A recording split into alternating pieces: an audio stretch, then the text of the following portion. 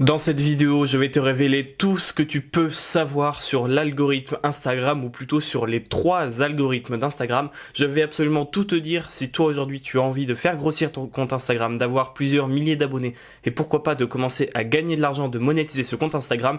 Tu es tombé sur la bonne vidéo, tu auras tout ce dont tu as besoin réuni dans une seule et même vidéo. Mais qui suis moi déjà pour te donner ces conseils si tu ne me connais pas encore? À chacun de mes posts sur Instagram, j'arrive à toucher plusieurs milliers de personnes. Ça m'est déjà arrivé plusieurs fois de toucher plus de 10 000 personnes avec des comptes qui avaient beaucoup moins d'abonnés que ça.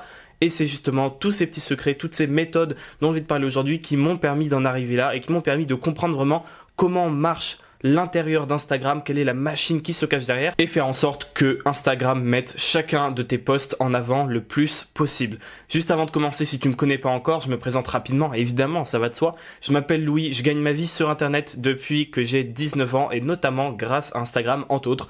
Je gagne ma vie grâce à mes blogs, cette chaîne YouTube, mais j'ai aussi gagné de l'argent avec des comptes Instagram. Toutes les infos que tu vas trouver, il y en a beaucoup dont personne ne parle en France en fait.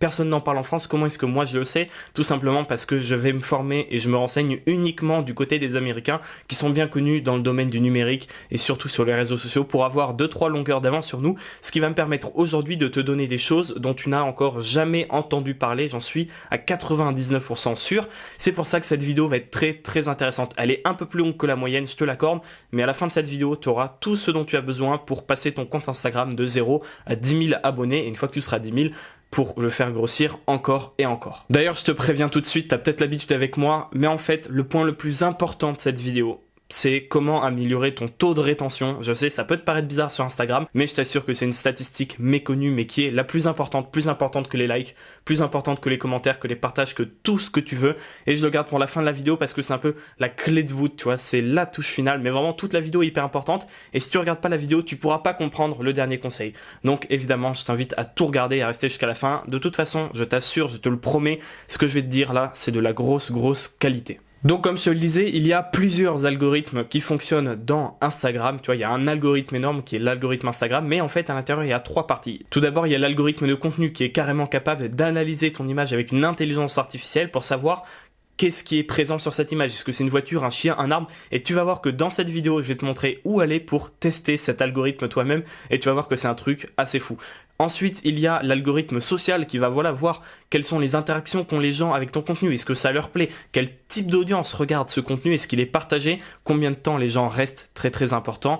Et ensuite, il y a l'algorithme des pénalités. Et là, je vais t'expliquer comment faire pour ne pas être shadowban, comment faire pour pas que Instagram ait un mauvais avis sur ton compte et qu'il commence à le bloquer de partout, à plus te mettre en avant. Comment ne pas tomber dans ce piège? Très important. Il suffit que tu tombes une seule fois dans le piège et t'es fichu, t'es bon pour recommencer un compte de 0. Donc je vais faire ces 3 parties pour chacun un algorithme. Je vais aller directement à l'essentiel avec un schéma pour que tu comprennes. N'hésite pas en mettant pause et à revenir un petit peu en arrière si t'as pas tout compris parce que je vais essayer vraiment d'être clair, net et précis. Et sur ce, on passe directement à la première partie avec l'algorithme de contenu. L'algorithme de contenu, il va être capable de détecter 4 choses. Déjà, avec son intelligence artificielle, il va être capable de savoir qu'est-ce qui est présent sur ta photo. Est-ce que c'est un chat, un chien, une image, une voiture, peu importe. On va y revenir juste après. Je vais te montrer justement comment faire pour y accéder. Ensuite, il va détecter quel type d'audience regarde ton contenu. Est-ce que c'est des gens qui sont passionnés par la moto? Est-ce que c'est des gens qui sont passionnés par la cuisine? Ça va entrer en jeu. Ensuite, encore très important, il est très fort cet algorithme. Il est capable de savoir si ton contenu apporte de la valeur aux gens ou pas. Est-ce que c'est tout simplement une bête citation sur un fond, copier-coller qu'on a déjà vu 100 fois, ou est-ce que c'est un schéma original que tu as fait à la main pour expliquer aux gens comment bien se tenir sur leur chaise pour ne pas avoir mal au dos? Ça, il va être capable de le détecter. Et enfin, dernière chose, il va être capable de savoir quelle est la qualité générale. Est-ce que c'est une super photo bien retouchée, tu as un truc de photographe très pro, une belle photo paysage, ou est-ce que c'est juste un selfie à l'arrache pris avec tes potes? Donc ça, c'est dans l'algorithme de contenu. Ce qui est vraiment hyper primordial à comprendre avec l'algorithme de contenu, c'est surtout 2 paramètres qu'il va analyser. Tout d'abord, de quoi parle ta photo? Qu'est-ce qui est représenté sur cette photo? Pour ça, tu peux utiliser un outil qui est l'algorithme de Google, mais qui est très proche de l'algorithme Instagram, on s'en doute, qui s'appelle EA Vision. Et en fait, en allant sur EA Vision, en tapant tout simplement sur Google, tu peux uploader une image à l'intérieur et ça va l'analyser. Moi, je l'utilise également pour mes miniatures YouTube parce que c'est aussi le robot qu'utilise YouTube. Et ça va te donner un petit compte rendu de qu'est-ce que voit un robot quand il analyse son truc, qu'est-ce que voit une intelligence artificielle. Par exemple, si tu veux positionner ta photo sur une photo de Tesla, eh ben, tu peux le mettre dedans pour être bien sûr que le robot comprenne que c'est une photo de Tesla. Sinon, tu changes, il te prend une autre photo de Tesla, histoire que le robot comprenne bien. Les données qu'il va extraire grâce à cette intelligence artificielle et à l'analyse de ton image en elle-même, il va les croiser avec l'analyse de ton audience. Qui sont les personnes qui te suivent? Est-ce que c'est des fans de foot? Est-ce que c'est des fans de cuisine?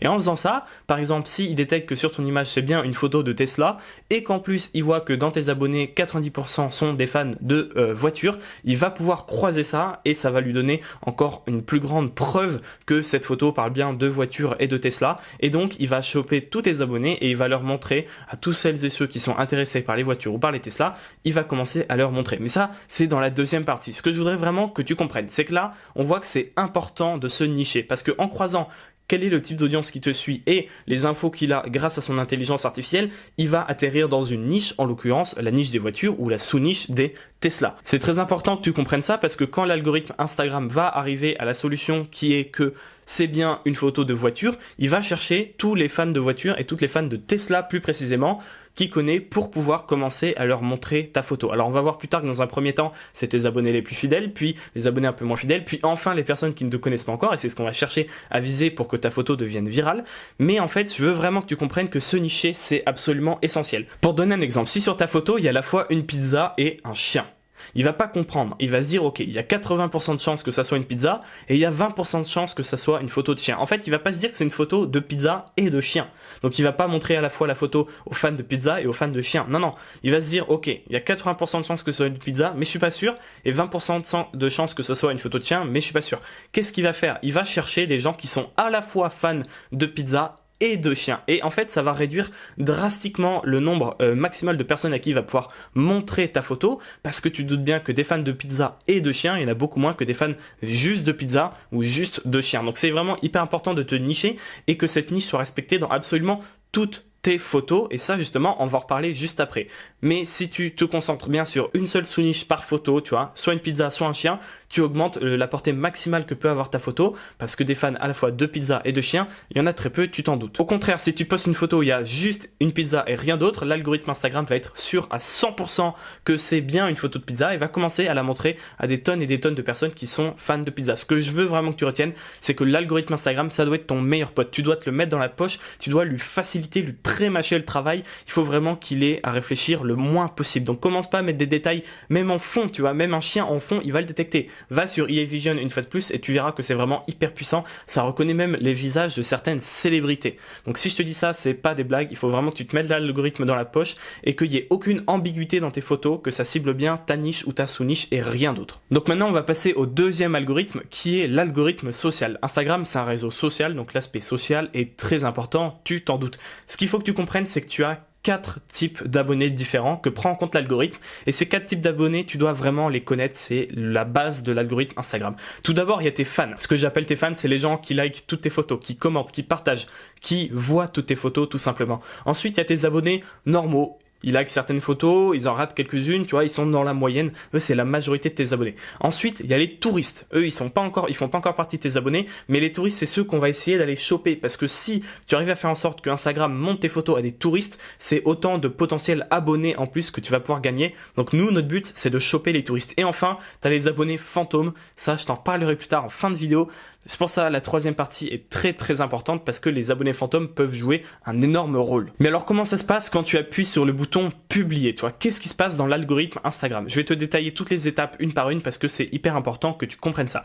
Dans un premier temps, il va commencer à montrer ta photo uniquement, et je dis bien uniquement à tes fans. On va dire pendant la première demi-heure, il va montrer cette photo dans le fil d'actualité ou dans l'onglet recherche de tes fans uniquement. Pourquoi? Parce qu'en fait, il va faire ça pendant une demi-heure, donc tu auras déjà plusieurs centaines ou milliers d'impressions suivant la taille de ton compte, et au bout d'une demi-heure, il va se dire ok, je prends ces infos, en une demi-heure, il y a tant de personnes qui ont liké, tant de personnes qui ont partagé, tant de personnes qui ont commenté, et surtout, il y a un certain taux de rétention de la vidéo. Le taux de rétention, c'est la stat la plus importante. Une fois de plus, je la garde pour la fin parce que il faut que tu aies vu tout ça pour comprendre. Mais vraiment, le taux de rétention, je te dis, je suis pas en train de te hyper pour rien, c'est que c'est vraiment le plus important. Donc, ok, il va dire au bout d'une demi-heure, il y a tel % des gens qui ont liké, commenté, etc. Maintenant, ce qu'il va faire, c'est qu'il va piocher dans sa base de données. Instagram, c'est des milliards de photos, c'est des millions de photos qui sont postées chaque jour. Donc, t'imagines bien que niveau base de données, il a de quoi comparer, tu vois. Et en fait, ce qu'il va faire, c'est qu'il va servir de ce qu'il a fait en amont, c'est-à-dire qu'il sait déjà de quoi parle ta photo, il va trouver des photos qui sont similaires, tu vois. Mais quand je te dis similaire, c'est que si ta photo, c'est une voiture grise avec la plage derrière, il va chercher dans son algorithme des photos de voitures grises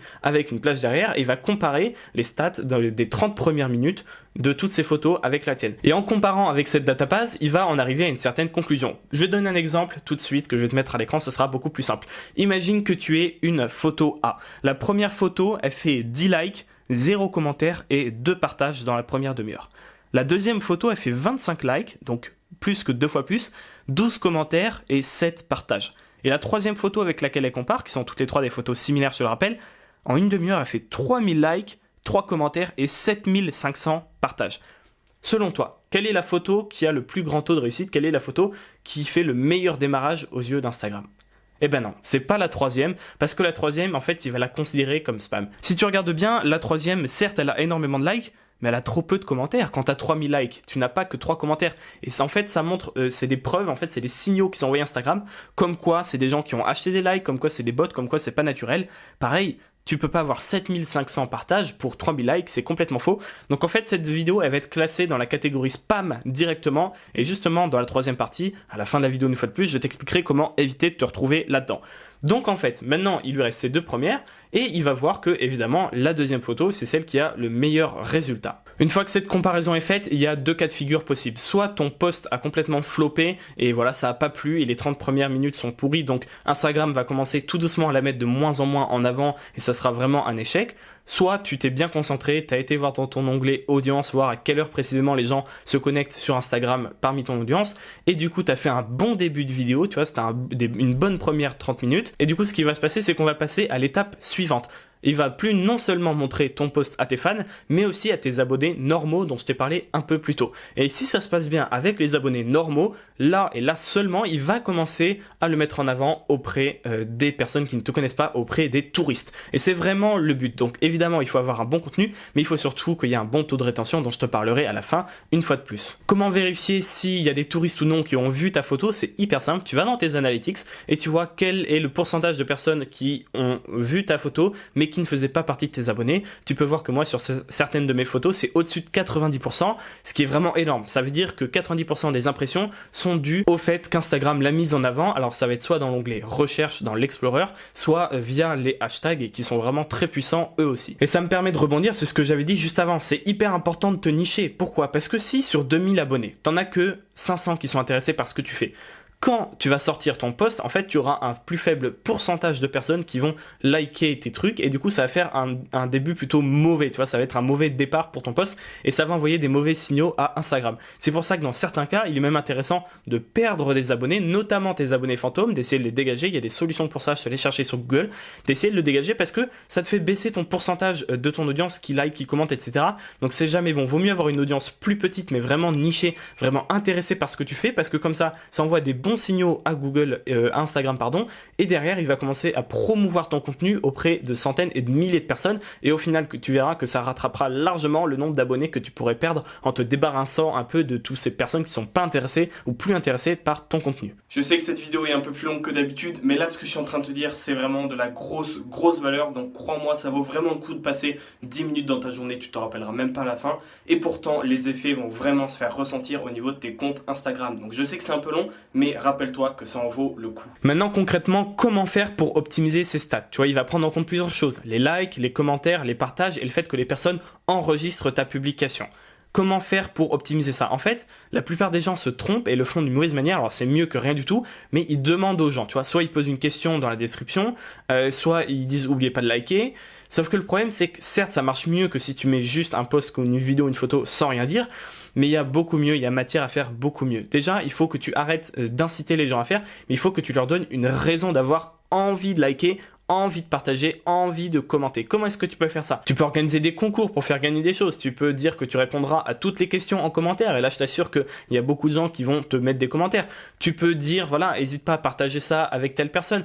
Tu peux en fait faire l'effet inverse et construire ton contenu autour du fait qu'il prenne de la valeur s'il est partagé. Par exemple, je sais pas, moi, si t'es un humoriste, tu peux faire une blague qui fait qu'en fait, la chute, c'est que la personne doive envoyer cette vidéo à leur mère ou leur père, par exemple, ou leur cousine, ou leur frère, leur sœur, peu importe, et qui fait qu'en fait, si ta vidéo est drôle de base, mais s'il l'envoie, elle devient encore plus drôle. Et là, du coup, les gens vont avoir envie de l'envoyer.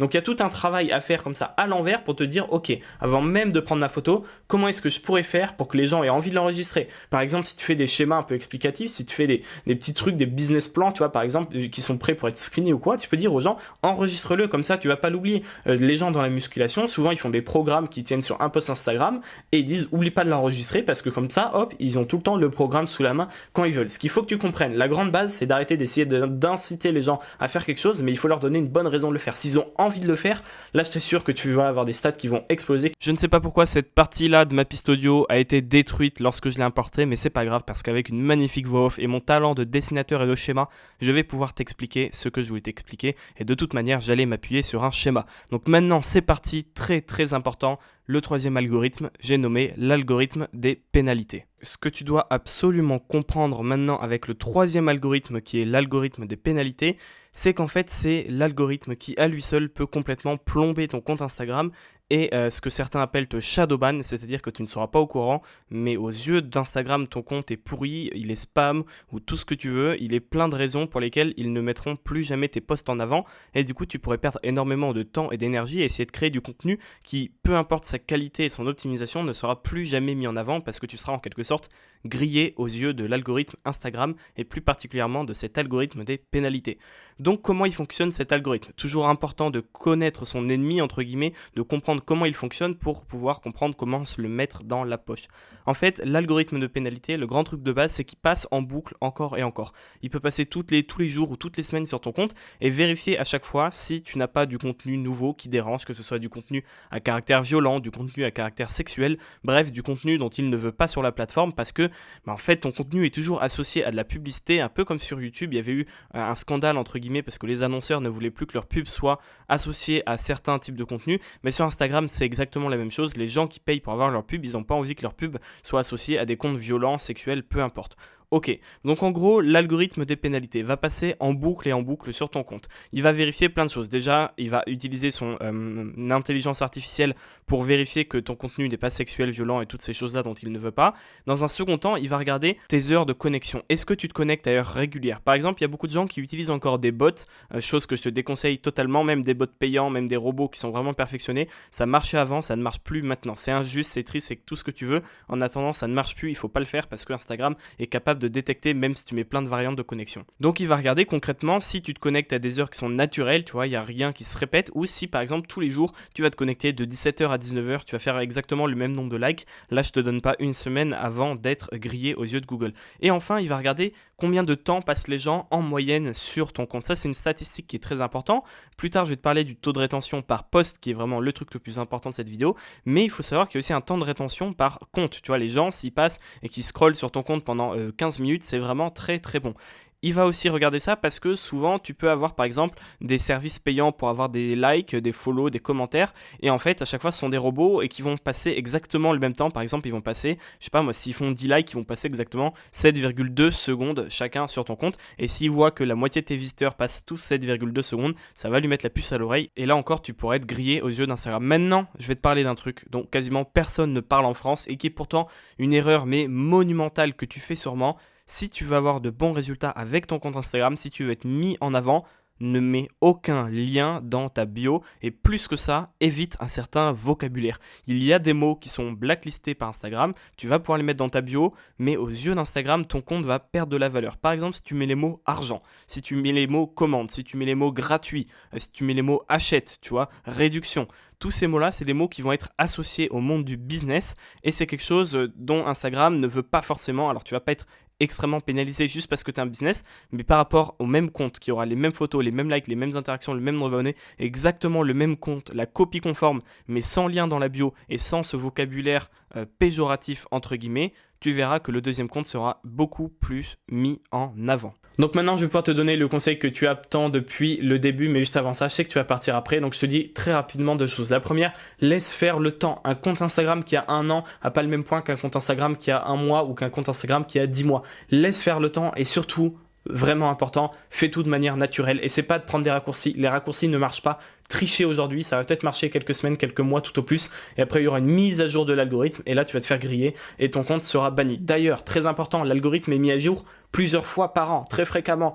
Si tu es encore là dans sa vidéo, c'est que j'estime que Instagram, ça t'intéresse sérieusement. Donc, prends 2 secondes pour t'abonner parce que je ferai des vidéos sur les updates de mise à jour et je te dirai ce qui a changé, ce qui n'a pas changé, ce qu'il faut faire, ce qu'il ne faut pas faire. Ce serait bête parce que si tu t'abonnes pas, bah, tu vas les rater ces vidéos, ces mises à jour parce qu'il y a très peu de gens en France qui le font, voire même quasiment personne. Donc, ce serait vraiment bête de faire une croix là-dessus parce que ça peut changer très vite. Maintenant, j'arrête de te casser les pieds, je te donne quelle est la stat la plus importante sur laquelle se focaliser. C'est tout simplement essayer de faire en sorte que les gens passent le plus de temps possible sur ton post. On a l'habitude de le faire avec les vidéos YouTube en augmentant notre watch time, notre taux de rétention, mais on n'a pas l'habitude de le faire sur Instagram. Et pourtant, c'est bête parce qu'en fait, les deux, leur but, c'est quoi? C'est de garder les gens le plus longtemps sur la plateforme. Qu'est-ce que ça veut dire? Mettre en avant les contenus qui font rester les gens. Il faut pas aller chercher plus loin que ça. Maintenant, comment faire? Parce que sur Instagram, c'est des photos. Les gens, ils swipe, au pire, ils like, ils passent 3 secondes et demie maximum et ils restent pas. Et justement, ça, c'est un avantage. Le fait que les gens swipe et passent pas du tout de temps sur tes photos, ça veut dire que 99,9% de la concurrence est hors course à partir du moment où tu commences à optimiser cette chose qui est de vouloir faire rester les gens sur ta publication. Alors déjà, faire des vidéos, c'est hyper bien. Si tu fais une vidéo que les gens ont envie de regarder jusqu'au bout, tu vois, les 10 secondes jusqu'au bout, les 30 secondes, je sais plus ce que c'est la limite. Bah déjà, là, les gens vont rester beaucoup plus longtemps que si c'était une simple photo. Donc déjà, faire des vidéos, c'est mieux que des photos en termes de rétention. Et au final, tu seras plus mis en avant avec des vidéos, même courtes, qu'avec des photos. Mais comment faire alors pour que les gens passent du temps sur tes photos? Et c'est tout bête, c'est d'utiliser les modes carrousel. C'est plusieurs photos que tu peux swiper une à une. Alors pas simplement faire plusieurs photos en carrousel, mais qu'il y ait vraiment une valeur derrière, que les gens aient envie une fois de plus. Faut pas les inciter à swiper, faut pas dire swipe à droite pour voir l'autre photo. Il faut que les gens aient envie d'eux-mêmes de le faire parce que c'est là que tu auras les meilleurs résultats. Comment tu peux faire ça? Faire du contenu instructif. Je vais te mettre un exemple de quelqu'un qui le fait très bien, qui fait des carousels informatiques où il t'explique des choses par rapport à la création de contenu. Et tu es obligé de swiper pour avoir la suite et c'est un peu comme les pages d'un livre que tu tournerais. Tu vois, quand tu commences à lire une page, tu arrives à la fin de la page, tu la tournes la page, tu t'arrêtes pas là. Et bien en fait, le but, ça va être de faire pareil avec ce carrousel. Autre chose que tu peux faire, c'est faire un peu des backstage. Je sais qu'il y a Tony Neves qui fait ça très bien. Tu prends une photo et après tu swipes un peu, voilà, les coulisses de comment est-ce qu'il a pris cette photo, comment est-ce qu'il l'a édité. Tu peux même mettre, je crois maintenant, une photo puis une vidéo. Et là, tu optimises au maximum le temps de rétention parce que les gens voient une photo, ils swipent, ils tombent sur une vidéo, ils regardent la vidéo et vu qu'ils ont swipé, ils sont déjà engagés, tu vois. Ils vont aller jusqu'au bout de leur démarche et généralement, ils vont regarder une grande majorité de la vidéo. Sur ce, je t'ai sélectionné 2 vidéos. La première qui t'apprend à gagner 1000 abonnés sur Instagram rapidement. La deuxième qui t'apprend à gagner de l'argent sur Instagram. Je sais pas laquelle t'intéresse le plus, mais dans ces 2 vidéos-là, je te donne ma stratégie secrète. Encore une fois, je suis le seul à en parler en France, des hashtags qui va te permettre rapidement d'avoir des hashtags qui convertissent 2 fois plus. Donc, je te laisse choisir sur celle qui t'intéresse le plus et je te retrouve immédiatement donc dans une des 2 vidéos.